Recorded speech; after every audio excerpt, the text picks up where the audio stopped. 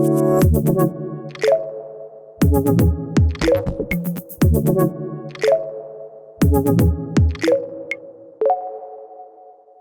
afternoon, everybody. So my name is Meilat, and I'm the Vice President of ASAT, the African Student Association here in Tilburg.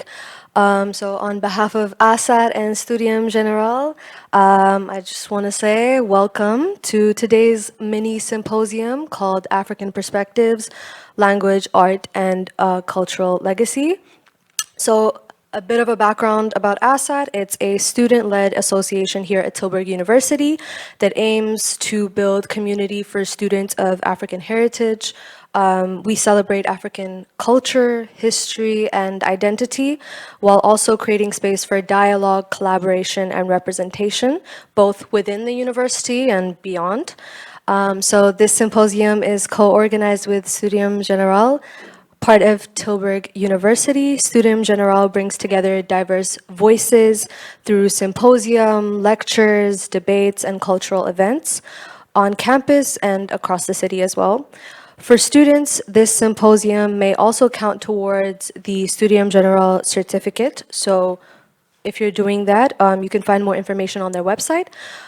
Today's event is about making space for African voices and perspectives, voices that are often underrepresented in academic spaces, but rich with insight and tradition. So we're grateful to be joined by our three incredible speakers. First, we have Ms. Naomi Moments here in the front, who will share her experience with African art conservation, showing how preservation practices grounded in African contexts carry deep cultural meaning and challenge Western approaches. Followed by Professor Martin Maus, who's also here in the front. He will explore endangered African languages, what they carry, what's at stake when they disappear, and how they connect to identity and indigenous knowledge. And last but not least, we have Dr. Sandy Barasa, who will lead a conversation on intercultural awareness and communication within African settings, offering practical insight into how culture shapes our understanding and how we can communicate more meaningfully across those differences. So thank you for being here, and let's use this opportunity to broaden our perspectives and engage deeply with the knowledge and stories rooted in the African experience. So I'll give the stage to Ms. Naomi Moments.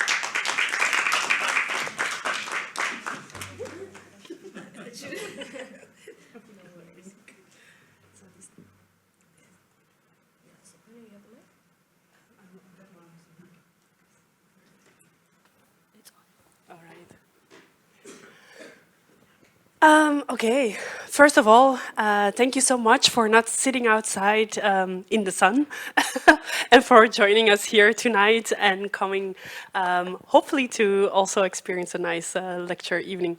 My name is Naomi Meulemans and I'm actually from across the border. I'm from Belgium. I just came from Antwerp, not with too much of traffic, which I'm very delighted about.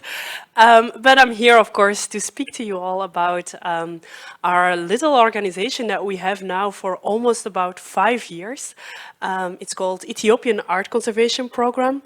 And I'm happy that I can actually share you some of our biggest challenges that we have had over the couple of years, but also the wonderful experiences that we created together with the communities in Ethiopia, where we focus on the preservation of art conservation.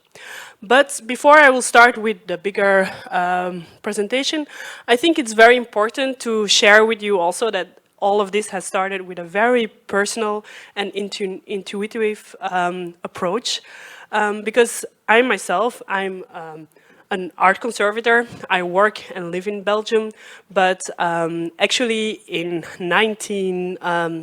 I'm born in 1987, and because of the circumstances in Ethiopia, I was adopted in 1990 from Ethiopia to Belgium.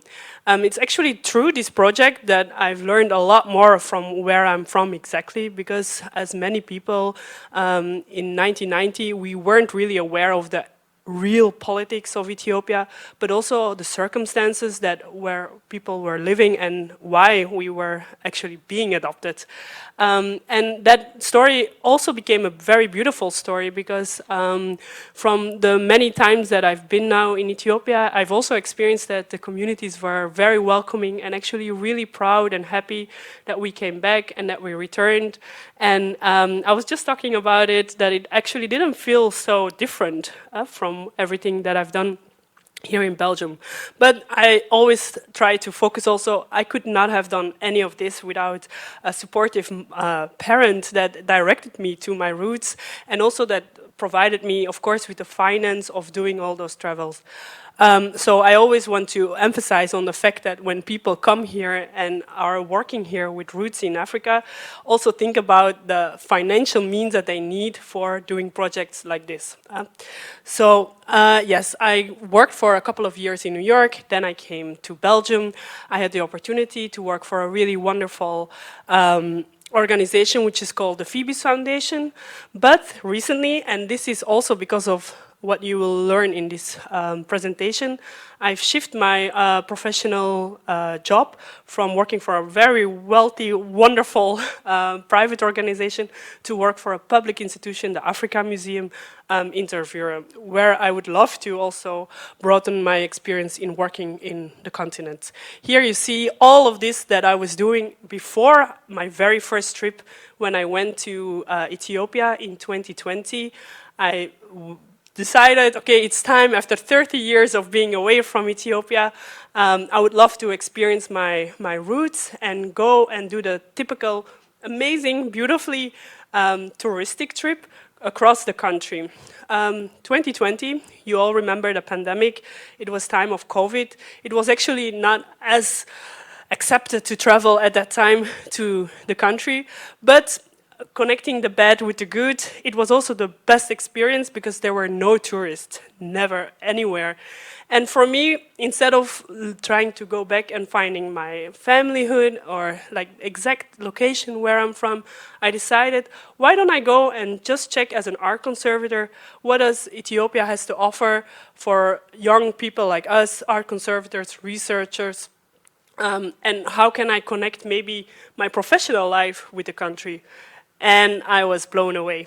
Of course, I'm not going to make this a touristic advertisement, but Ethiopia does have an amazing, wonderful landscape for culture. It's super diverse with enormous amount of different ethnical communities, languages. I think it's around 80 plus languages that are actively spoken. And the most incredible thing that I've experienced, it has a willingness and openness for foreigners or people that coming to, just in a modern way as we live here today, work and collaborate together and discuss the culture. One of the most valuable things I've experienced in Ethiopia is also that if you talk to a child, if you talk to someone working in the church, if they're working in the land, whatever profession they have or person that you will talk to, they know their culture. They're very well aware of their history and they've been taught from childhood up to nowadays, like up to the older generations, of course. They are very well aware of where they're from and what their country has been through. And that for me was one of the most amazing experiences, because here in Belgium, if I have to talk to my peer, like my group of friends and family, it's not always easy even to talk about history, because history is not as much aware, like people are not as much aware of their own history here today. And that was a very amazing connection. It's because of that what I've experienced in Ethiopia is people are very well aware, they know what they have, and even if they don't, there's a big willingness to present it and to do research on their heritage and their history. Also to keep it alive, of course. And although that we've noticed that there was a big gap between the touristic sector and the heritage protectors, the people actually trying to preserve the heritage, there was a big gap in knowledge. We understood that maybe if we fill that gap, there could be an opportunity for heritage workers to make a better living and also to get more awareness about the problems and the challenges that they are experiencing. And if there's something that I could do back, is using that experience that I have here from Belgium and try to, through educative perspective projects or pathways or collaborations, and trying to make an Ethiopian educational program in Ethiopia by Ethiopians. That was how we thought we could do it. This was in 2021. Together with a couple of friends, we decided to focus on the major touristic areas, but also where most of the Ethiopian researchers are focused on, which is more in the northern part of Ethiopia, the Tigray area, where we have Aksum and Mekele, where, of course, around Bahir Dar, where the big universities, Bahir Dar University, but also where you have Lake Tana with an amazing, beautiful cluster of monasteries, but also which is very close to Lalibela, the Coptic churches that are underground and are, of course, one of the most beautiful UNESCO heritage sites. I'm not going to show you all of that because we have other things to discuss. So our major focus points are Addis Ababa, Bahir Dar, and Tigray, the Tigray region. And we do that always together connected with the community where the heritage is located. So instead of trying to develop a program with a university and going there and saying this is how you should preserve your heritage, these are the scientific methods that we use, we thought let's scratch all of that and also let's keep it fun for us as well. Let's go to the communities, ask them, do you need education in art conservation?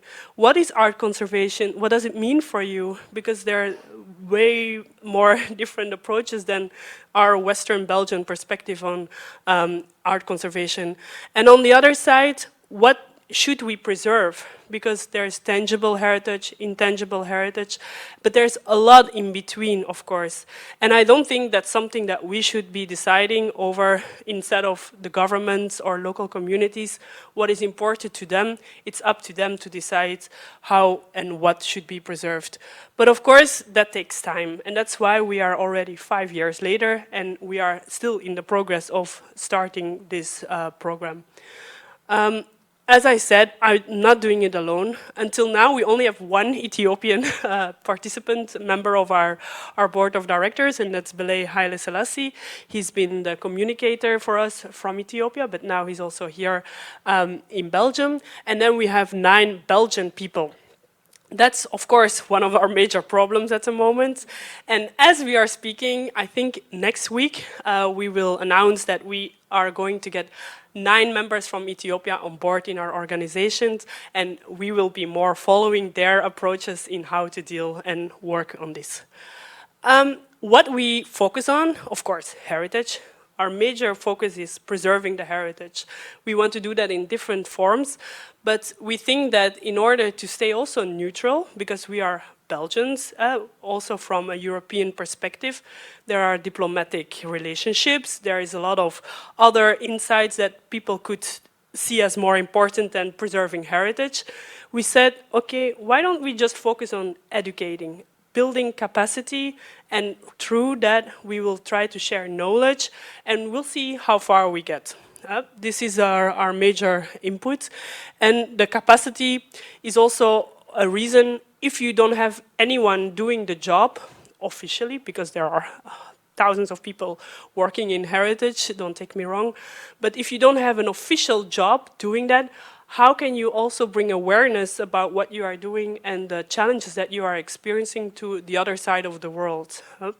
What we also realize is there are a lot of people involved in heritage, but still yet, if you talk to major organizations such as the UN or UNESCO, ICOM or ICROM, all institutions that have a very clear ethical code of including the communities, still today we notice that when there is a major fund behind a project or a conservation campaign in Ethiopia, it's always the European or the American or not the Ethiopian side who is deciding over the budgets and also who is taking actually the prestige in doing the conservation work.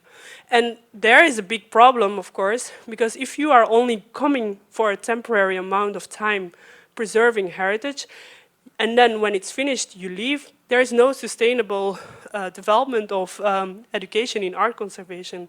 The people are still left with the same problems that will occur again. So there's a lot of evidence of conservation campaigns that were, first of all, not done with the knowledge of the local communities on the materials or the meaning of the heritage included in the preservation campaign, which means that if you restore something that no one is going to care about, the building or the artifact will be again neglected over the next 50 years.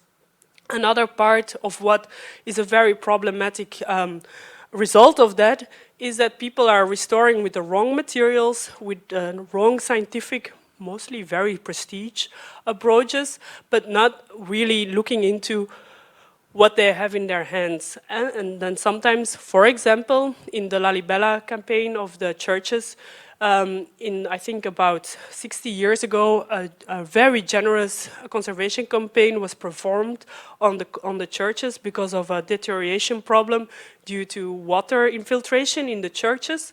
And the more European approach was to cover it with a protective layer, knowing that this protective layer now is the main reason why the churches needed, again, conservation. Because churches that are 100 years old, you need to know why are they still there, first of all, right? You have to go to the community and question yourself, what are the materials used, what is authentic to Ethiopia for the weather conditions, for the community to use, and also, why not include the people who are taking care of the churches every day of their life as something that is the most holiest for them? Why don't you include them in the capacity building and train them how to take care with maybe not expensive or scientific looking very beautiful methods? You can do a lot of knowledge sharing on a very low entry level as well. That has a lot of better results. So we started in 2020 with a pilot year. We tried some workshops. We did try to find funding because, coming also from Belgium and trying to work with Ethiopian people on the ground is very costly, of course, and especially if you want to do that in an approach with equality. We don't want to labor people in Ethiopia at a lower cost that we would perform. That's something that we know is not sustainable, but that's very costly. So until now, we were always able to do all of the work with private funding. But even the private funding is maybe not as sustainable as we thought it might be. But we decided to do some workshops. We tried to create a curriculum of how will we create a program in art conservation, and then we touched base with several universities. But we realized we can't do it alone. This is something that needs a higher structure. It needs higher powers also to work on the ground. And there are a lot of diplomatic rules that you also have to apply to. So we put our hands together with University of Antwerp, and we applied for a funding program through the 𝗠𝗿𝙁 agency, which is an inter-university scholarship program. And together we are working now with 2 PhD students from 𝗁𝗏𝗏𝗏 University and a whole team actually also from 𝗁𝗏𝗏𝗏 University. And we get now 5 years to implement an Ethiopian built education program for art conservation. So that's also one nice thing. We could put a little bit the university part in the hands of the Antwerp University and 𝗁𝗏𝗏𝗏 University, and we could come back and continue our platform that we want to establish, which could be forever. It's not only for the next 5 years, we want to be there for the rest of our lifetime. So to do that, to build a platform, we had to go back and rethink who we are as an organization and how do we want to operate. That's also where it came, the idea of implementing a lot more knowledge from the Ethiopian side in our own institution. And so last year and now in this year in January, we also went to Ethiopia and we worked together with from the different regions that I mentioned in the very beginning. We work together with the Bureau of Tourism. They work together with the university, We work together with different churches, communities, and then we also go and just open workshops where everyone from street workers to schools to everyone can walk in and participate in small designed workshops. And then another part of it is that we decided that the fast way is not maybe always the best way. We realized that to make a really long-lasting impact, we have to look into the next 10 years or even the next 20 years. And as you all know, with a continuously changing environment in the world, it's very difficult to set one approach and live by it for the next 5 years. So that's why we decided, okay, let's step back and let's try to go from bottom up to to focus on our long-term vision. So one of the things that we experienced during the last 5 years is that, I've mentioned it a little bit in between as well, culture is actually a very, very powerful medium. With culture, you can overthrow governments. By choosing culture, you can separate people. You can also work against them, actually, almost. And I also always want to say that when I'm speaking about Ethiopia, it's something that is very, very close to us here in Europe too. I live in Belgium, where we speak 3 languages and where each language community will use their culture as a certain propaganda tool just to make sure that everyone around you is aware that you are there, right? Culture is something that makes you think about the lasagna that your mom made, you know? In Ethiopia, it's the coffee that you share with people. It's like waking up before dawn and going to church together, right? Culture is so included in who we are as an identity that it's also something that could be very dangerous if you use it in the wrong way, right? So we also learned that by working with different groups of people together, that we have to stay neutral and step back. We do not decide what is their culture. So for that, we also needed to list that a little bit in an ethical code. How are we going to work? Who do we work with? With who do we not work? That's also, where do we get our money from? Even if we get funding from the government, again, we are mangling a little bit our financial, our political approach into the project that we're doing in Ethiopia. So this was very important, and from, I think about last year, we started also sharing this with the people that we work with. We are not here to live your ideology. We do not want to become the prestige project of your political campaign, or we do not want to promote certain cultures over others by choosing the places where we will do conservation campaigns. For us, all the culture is equal in a way, even if there are different cultures. So yeah, that's a basic thing that we're now trying to write at the moment, is we're trying to write an ethical code that is also a guideline for us, that we can also advise to other universities or other organizations such as UNESCO. This is what we think it's a humble approach of how you could do conservation campaigns or education in Ethiopia. Okay. So the partnerships, we said already we want to go through education, so we believe in the university structure, but that has to be very inclusive, of course. So aside from just building a conservation program, we do want to include in all the decision-making people from different communities in Ethiopia. And right now, today, we have about 6 professors, I think. They are now, this week and next week, traveling to all different regions to ask how they see a university program being implemented in their own community. Because what we also want to do is that this could be a very, very, very good leading role for Ethiopia, I think, for other countries in Africa to work together and build their own programs in art conservation, so that maybe in the future they do not even need UNESCO to support them. But we also think that they should be able to decide themselves what the model is. Here in Belgium, like our organization, we are a non-governmental organization, but maybe it shouldn't be a non-governmental organization. Maybe it shouldn't be a non-profit. Maybe art conservation in Ethiopia could be a for-profit organization, because why not becoming the best in what you're doing and then giving that service to other people around the world? Also thinking in terms, and that's something very important for me today in my role in the museum, is the whole decolonization aspect. Think about all the collections that are all around the world that have Ethiopian and African art. Instead of always making it a battle, why not building capacity of people becoming experts in their own heritage, and then giving them the opportunity to come and work in those museums and institutions and restoring the art with the knowledge that they have already from their own background.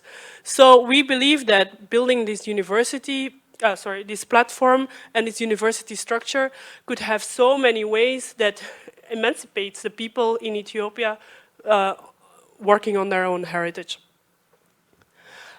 So far we are working with Antwerp University, 𝙤𝙤𝙪𝙡𝙁 University. We recently had a very nice conference in Addis Ababa University, and we also work with the government for culture in Ethiopia, and of course also 𝗂𝘂𝑐c, because that's for us very important, that we also reflect on how we are working, and 𝗂𝘂𝑐c is a very good leading agency for that. But since January, we were growing, and now we are working actively with Mekelle University, Adigrat, Aksum, and Raya University, all universities from the Tigray area as well.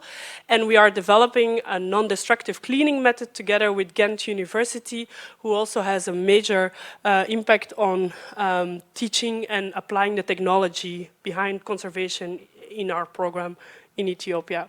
And all arrangements or all collaborations always will include also the ethical code, so that we also stay accountable for what we are doing. In the end, I do believe that the program will have a really big impact. As I said, I don't think it should only be for non-profit organizations or universities.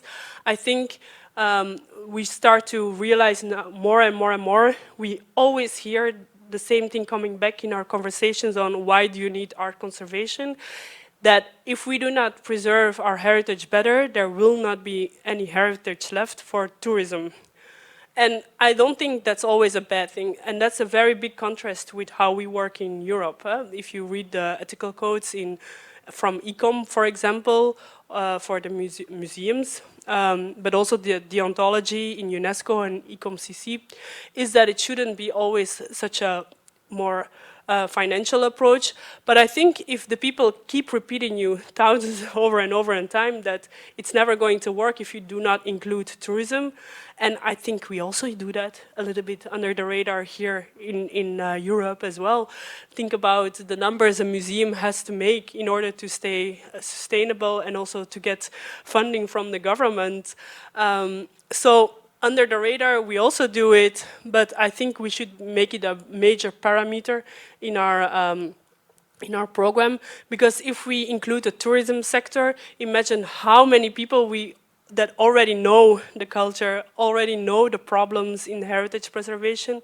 I think they're the first ambassadors of what we are doing. They're the first people that could tell foreigners or tourists in Ethiopia to respect the ethical codes for their heritage sites. So that's also, we think it's really a circle. So the result of that is that these are our two really amazing conservation PhD students. This is 𝗂𝘂𝙤𝙁 and 𝗠𝗂𝗿𝘁 as well. And they're both being trained in Antwerp University, but it's an alternating program. So now they're back in Ethiopia, and they're doing these trips to go and implement the awareness, but also to question the communities how to work. And we do give a lot of talks, because we think if we do it together, also with the people here, we can actually learn from each other. So they are invited in, we've built internships for them, we send them to all these conferences, and of course they're doing their research as well. So we also have, we had a really great support also from the embassy. This is already 2 years ago, where the ambassador from Ethiopia, 𝗍𝙗𝙤𝙤𝙤, she also invited us to speak and help building an exhibition in the embassy. And it's really amazing that people from Brussels, but also the European Commission, who is in Brussels, of course, was happy to join us and building and strengthening this program. That's also really cool. There's a really great awareness of the problem. And then also in Addis Ababa, of course, this in the middle is also all the leaders of heritage and culture in Ethiopia, together with our Belgian ambassador, who signed our agreement to continue and work together. But another thing that you see here is that we do not stand only alone. We want to also work together with the contemporary artists in Ethiopia, because I think they have the visual memory of the history, and they also help us like showing in paintings and in art why it's so important. In January, what we did is we did some community workshops where we went to Tigray this time, and there we invited tourism artists, architects, university scholars, and we did a series of workshops where we all asked them why should we implement this art conservation program, and what do you think is the most important priority. We did it together with also 2 conservators who explained some small treatments. And what we realized is that actually the knowledge is very much there in various ways, but maybe the technologies or the new materials, access to materials, and maybe also just access to a platform or how to create projects or how do we work. It's actually cultural understanding, because I think if they know how we do it and we understand better how they do it, we will see them a lot more in conferences here in Europe as well, because it's just building a bridge between the different communities. Sadly, what I have to say is that we were there together with other universities, and we did specifically with the university communities. We did some testing, and it's also about often understanding what we see, what they are telling, understanding it for real, because there's also a cultural barrier, of course. People in Ethiopia, which I love, are very respectful, but a bit distant when it comes to speaking up. We have a very motivated culture that already is very, how do you call it, emancipated and speaking up about problems, where I feel that we being there is already a nice opportunity for many people, and they do not wish to speak up about problems. They want to celebrate the good parts. So that also creates a vibe where the Western universities from Europe or the American parts are becoming used to that. And when they do speak up about a problem, it's not as much of a priority, because speaking about a problem is a bit more exhausting. It's more sensitive. You have to take a lot more time. It's costly because of that. So what we realized is there was one example where people could say, why is your heritage not being preserved? And people would put up a lot of on little notes and post-its, all their problems. Only the things that we understand were written down in the project, but the things that are very confrontational, such as conflict, such as hunger, such as, there's just no time for taking care of heritage. You have to take care of other things like keeping people alive. So that's also something that we should emphasize a bit more, that if you do not have a healthy conservator, why is he going to conserve his heritage, right? So what we slowly also started to realize is that we should not only look into what is beautiful and important for our common history, we should also look at the individual and see what their limitations are and accept them, and also include it in our program. So that's something that we are trying to do a lot now more. And that's where we also realized, okay, in certain areas, we see that the government or the community takes a lot more care of the heritage and use it also as a priority. And then there are regions where they just do not have access to the funding or that are just overlooked. And it's something that came down to me a little more, and especially now at the times we're living in, which I'm sure for many people have been crazy for decades already, that your culture has a value. So it may not only be a financial value, but it may also a political value. It may also have a personal value. And in order to decide whether we should train or make sure that the people are aware of taking care of their heritage, we also need to understand the value, what it means to them, and also how it can uplift them. And that brings us a lot more closer to, like, what are their human rights? Are their human rights being protected? And how can we maybe take part of a better way of preserving that so that they also have protected rights, human rights? This was something very interesting. And it's funny also because there are a lot of diplomatic problems within the different regions. We invited opposite communities to each other's location geographically. And it was super interesting how there was so much misunderstanding of how they thought about each other. And it's really nice. It's something that I have always enjoyed here in Belgium as well, in the Netherlands too. Is something that culture and art is something that is neutral in a way. Everyone can talk about it, coming from different angles, and it helps so many sensitive topics.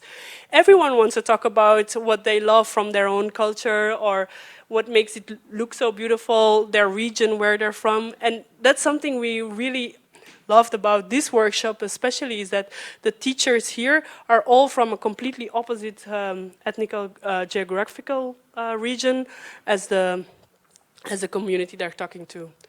So I think this sums up a little bit what I've been sharing too.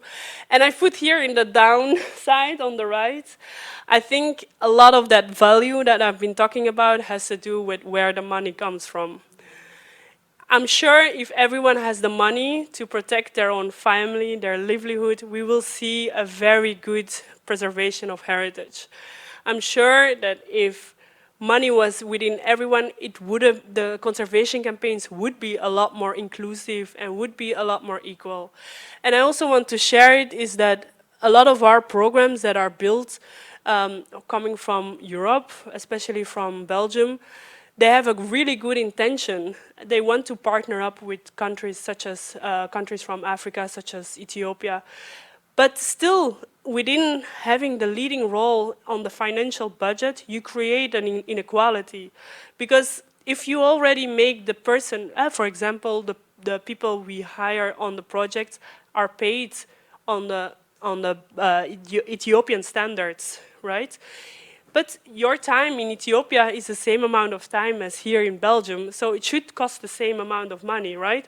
So these kind of things, we also want to put pressure on that. Money is a very, very indicator for equality. Voilà. I think my time has finished almost, so these are our final notes actually, that we are now in a stage of reflection. This year we will work towards 2026 will be the 120th anniversary of diplomatic relationships between Belgium and Ethiopia.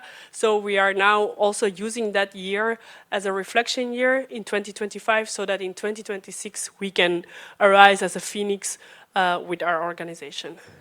Voilà. You can always find all of our information, what we do, what we focus on, our long-term activities on our website, and this is there as well. So here is also our website, www.ethioart.org, and so please also stay in touch for all of that. Thank you.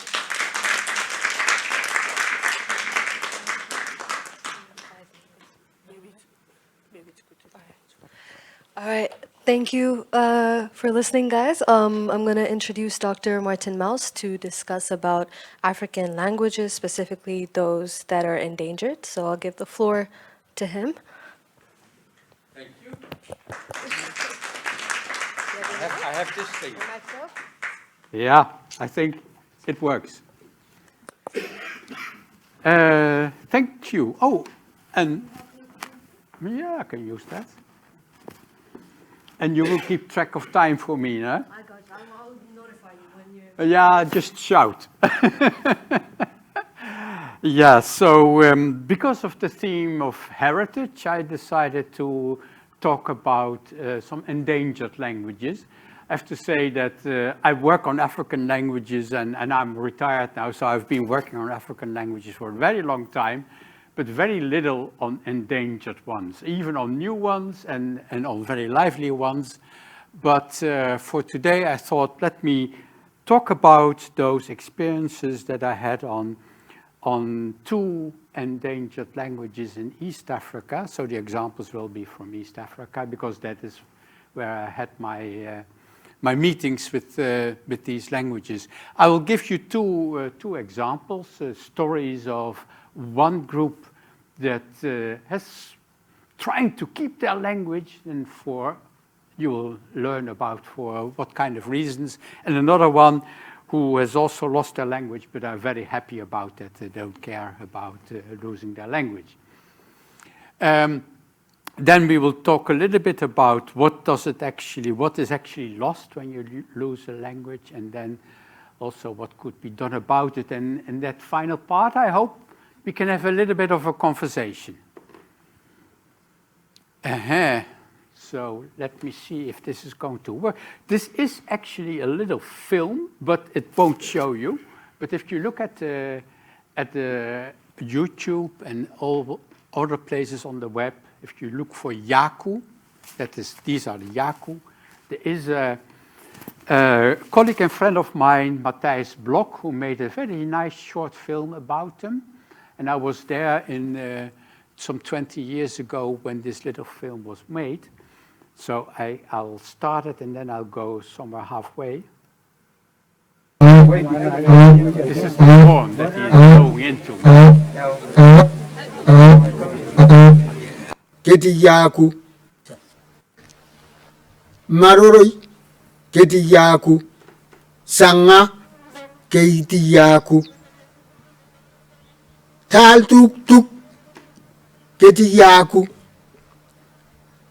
Pashe Mpaisi Nete Ketiyaku.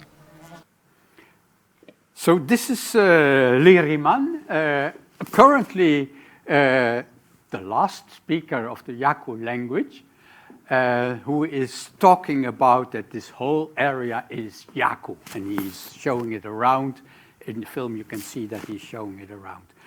Maybe you also notice he's speaking slowly. And he has to, because he's really thinking about the words. And that is his handicap. When he speaks Yaku, he doesn't want to use any Maasai, because that's the language that these people are speaking nowadays.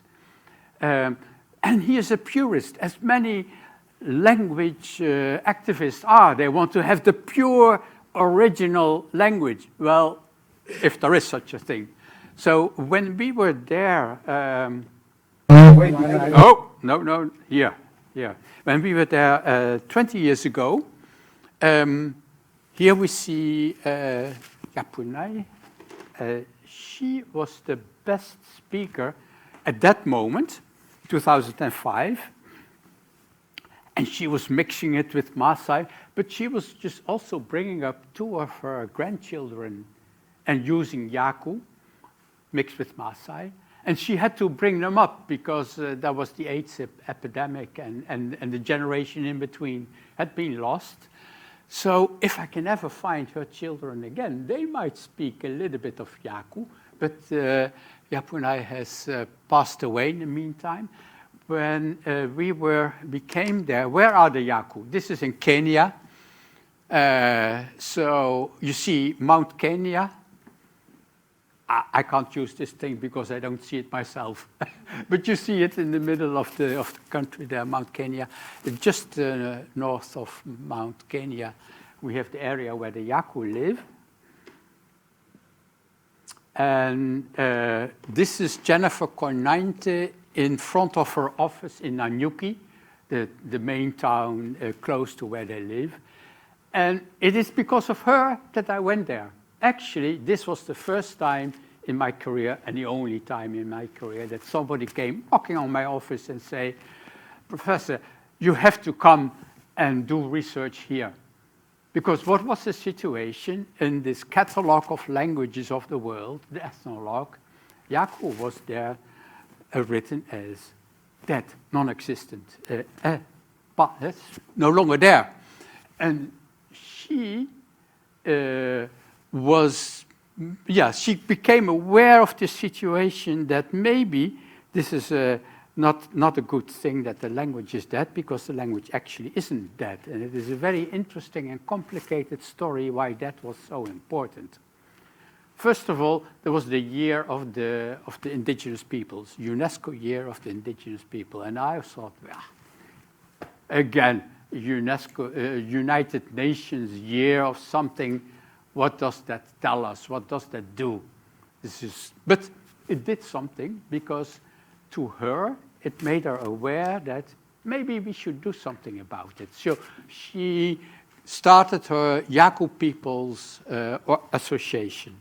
And through the help of the Netherlands Center for Indigenous Peoples, she managed to get to the Netherlands, to Leiden, to the university, to my office, and tell me I should go there. I'm a specialist of Cushitic languages. Yaku is a Cushitic language. I should go there and tell the world that it is not that. So I did that together with two friends of mine. The aims of the association is to strengthen the Yaku language, to get control over the forest, because they live very close to a natural forest that is state-controlled. And of course, you talked about profit, to open a tourist lodge. The situation is that, maybe I should go on. Yeah. As I told you, they're shifting to Maasai, Mukogoro Maasai. Well, I think everybody has heard about the Maasai. They have an image of the Maasai. And these are people that we from here admire. It's not always the same in Kenya. Not everybody admires the Maasai. But the Yaku group, they did admire the Maasai. And a century ago, they tried to adopt to the Maasai culture and the Maasai language. They even had a meeting, and they decided, now we want to speak Maasai, because they are one of those so-called Dorobo groups. Those are people who live in a relationship with another mighty group, in this case the Maasai, and they exchange their different kind of livelihood. So for those Dorobo, this is not a tribe, but it's a kind of relationship with another group. Their traditional living of honey, hunter-gathering, and Maasai, they live off their cattle, but they get their honey from the Yaku, the Dorobo, and they get also the Yaku are very important for some of the cultural things that they do. So this relationship is unequal. The Yaku, they look up against the Maasai, and the Maasai look down upon the Yaku. They look so much up to the Maasai that they want to become Maasai. But for the Maasai, they will always be Yaku, not real Maasai. And everybody knows their origin. And this is part of the situation why that language shifted to Maasai. I've said most of these things. And what is the situation now? there's a situation that in that place of now, I must say 20 years ago, the Maasai there, they were fighting for their land because the area where the Maasai lived that had been they had been leased out to the colonial powers for 100 years lease. Well, that 100 years was more or less over, so the Maasai was saying, well, we want our land back, the 100 years are over. It's not so easy because all that land was now in the hands of Kenyan politicians, so they were not so eager to give that away. But for the Yaku, that meant, okay, there is something like you can own land as a community. Also, the constitution, the national constitution in Kenya was going to be changed in the way that as a group you could have communal land ownership. So the Yaku thought, okay, we can have claim over that forest, but then we have to exist. We have to exist as a group. So then we have to speak Yaku again. And maybe it's not so bad to speak Yaku again, because those Maasai, first of all, the rest of Kenya is not really looking up to the Maasai, maybe some looking down upon the Maasai. We are stupid that we look up to them, and maybe it's much better to be proud of ourselves, have our own language. And so it's all those things together that made them support this organization. So some of these factors are global, and some of them are local. They want to have control over the land. They want to have emancipation and self-respect. But the global ones are the realization that you can have land rights. And that also, that whole year of the endangered, of the indigenous languages came about for change through the last decades, changing back now at this moment, but it changed through the last decades, that diversity is actually something that is very useful and wonderful and something to be cherished. 20 years later. So I was there again in beginning of January this year. And now we see Julia Kageni with my wife. She is there, Nanyuki. I went to Nanyuki. She is the granddaughter of Leriman, the guy that you heard, Keti Yaku, all this land is Yaku. And Leriman told her, he brought her up and he told her, you have to fight for the Yaku language. And that's what she's doing. So she has taken up the work of Jennifer, and she has arranged a little school in Doldol in the Yaku land where they're having classes in Yaku now and again. And here we see Leriman still alive, but very frail. And this is the area where they are now. So they are trying to keep their language. It's a very difficult thing to do if actually nobody really speaks that language anymore. As Leriman is the speaker who is left, but as you noticed, he's speaking really with thinking about every word. But it is the only case that I know that I've come across in Africa where they're really trying to revive the language. How am I doing in time? What time did I start? 10. So okay, then I should hurry up even. That was the Yaku case. I think a fascinating story. They're fighting for their language. ASAT, similar. I've told you about the Robo. They're also the Robo. They're in Tanzania. They're in the Maasai Plains. They are now also speaking Maasai. They are. What happened to them? What happened to them is they lost their language actually in a time when they were helping the Maasai to stay alive. There was a huge epidemic of rinderpest at the end of the 19th century, all over Africa, all over East Africa, I should say, even South Africa, it was there too. So all the cattle died, also a lot of wild animals. But the cattle died, and the Maasai, how can they survive without their cattle? So the only way to survive was to then stay with those ASAT people that would usually be the other way around. The ASAT would go and survive with the Maasai, but now in this period, they went into the ASAT families and stayed with them, but with their own attitude. Maasai, I speak Maasai. I mean, like Americans, they speak English. They're not going to speak another language. Maasai speak Maasai. So in the family, and the other side to it as well, ASAT find that normal. Like, I find it normal that I speak English here. So it is both sides of that attitude towards the language that made it that in families, Maasai became the language of the family. And that was the blow to the ASAT language. So also those ASAT, they did acquire a little bit of cattle in that period, and then they found themselves more and more being Maasai. So what is happening now, you find here, and I have to look for them because, I mean, I was looking for ASAT because I'm so fascinated by this language. It's very closely related to the languages that I'm working on, but I want to know more about it.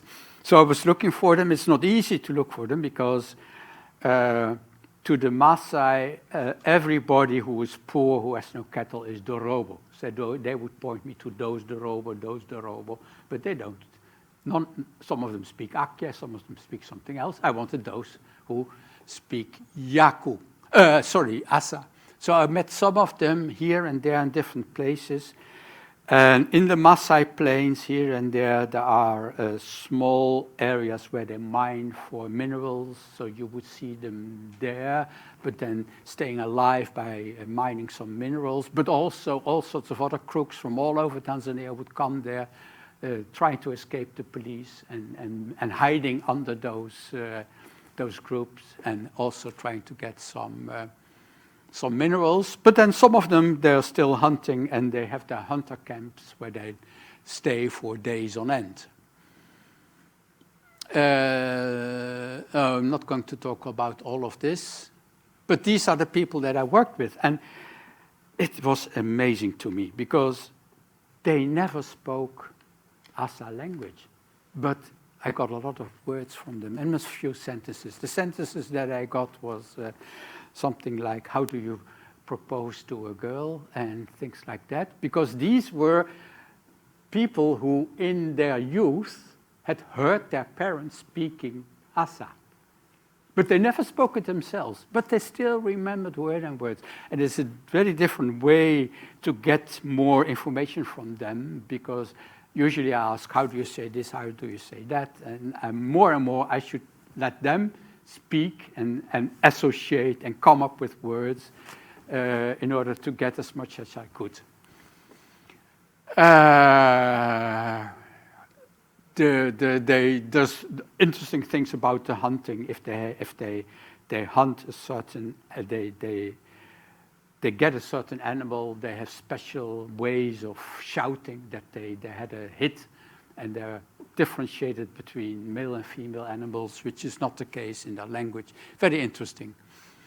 In groups like this, you see that there is a lot of variation. First of all, of course, because the language is only remembered, and one of them remembers the word as a giraffe, the other one as a wildebeest, and so there's that kind of variation. But it's also a small group, and if you have a small group where everybody knows each other, you also allow for a lot of variation, because if you say things differently, you say, okay, that's him, that's okay. Much more than in a bigger group, variation is possible. So now we have seen two cases where the languages are dying because of a shift in language. We'll want to think a little bit about how does this happen. Very often, languages die, not because the people die, that happens, but that's very rare. But languages die because you don't need a language anymore, you have another language, and that other language does things well or even better for you. And most of the world is multilingual. I mean, we are also all multilingual, I think, but for many of us, especially for me, this English is something that I learned in school. But in many places of the world, I mean, even if you not go to school, you grow up with several languages. So that is a normal situation. And that can go on for a long time, but if through some changes in politics or whatever, one of the languages becomes dominant, then of course, slowly, the other language will be less used. Do we see that? Do you have that experience? Do any of you have an experience where you think, hey, there's another language that I speak and it's taking over everywhere? Yes, Yeah. you want to say something? I would like to add that. Oh wow, Miss Voice is now everywhere. Yeah? Okay. Well, I would like to add Scary, to no? that. I did my bachelor's thesis on the language maintenance and practice of Papiamento within a migrant family who moved from Curacao to here and raised their daughter here also.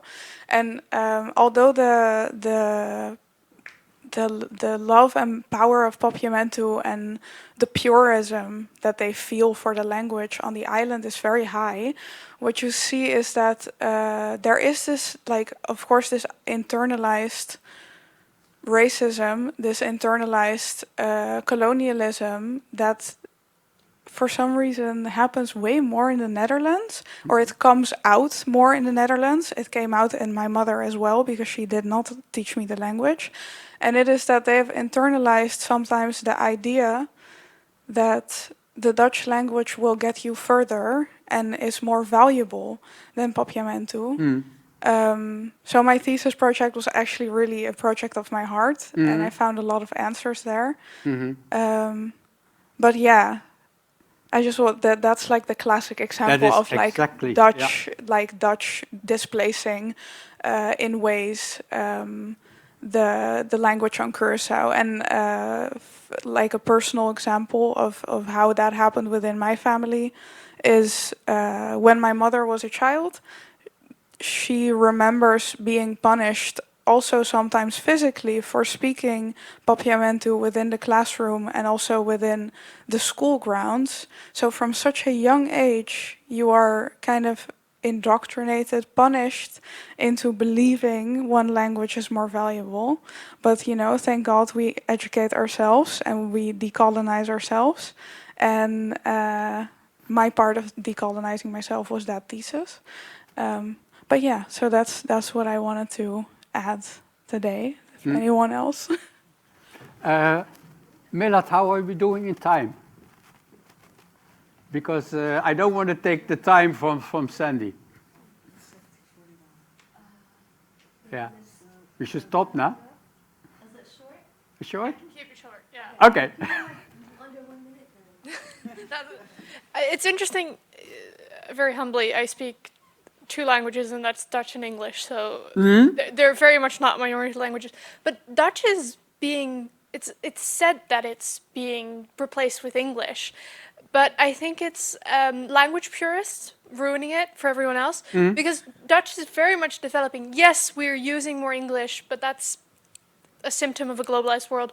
But there's entire sub-languages developing, even if we talk about Ofgo speak, but they're so insistent on, no, Dutch is disappearing among the youth, without acknowledging the part that we are still developing the language, because we're so, and the French do it too, they're so in love with the purity of the language that they forget that language is living.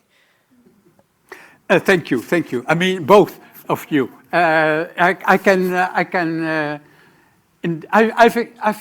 I don't speak Papiamento because of that, because I was there at the school and I was not, and nobody around me was allowed to speak Papiamento. So yes, but what you are bringing up is that it's not only in these restrictive, repressive situations that you need to decolonize and you need to emancipate and to get away from this. It's also in simply day-to-day life that is going on, that, yeah, English is influential, but you're bringing up, it's also, purism is the biggest danger of it. Fully agree. That's what I also brought up as 𝙤𝙤𝙤𝙀. I mean, he can't speak it, and he's trying, because he's a purist. At the same time, are there new things coming up? And we should be very happy about that. And I was avoiding to talk about that, although Sandy and I have both worked on youth languages coming up in Africa, which is very lively, very exciting. But in the meantime, it's globalization is going on. And when you hear people your age talking in English, it's like. And we do that in Dutch too. And we just have an English, Dutch equivalent to that. So in that sense, languages are coming more and more alike all over the world, and the diversity is diminishing. It's sad for me as a linguist. Is it sad for the speaker? I'm not so sure. And with this, I want to stop.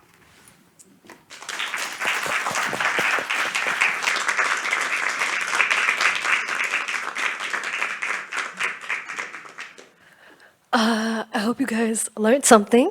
I want to say thank you to our speakers, to Studium Generale, to the ASAT team for organizing this event. And we hope that you gained some knowledge, perhaps something new that you didn't hear before, or something about yourself that you realized today. So thank you for coming out. And hopefully we'll have a chance for you guys to communicate with the speakers if you have any follow-up questions. And I want to wish you a lovely evening. So, thank you.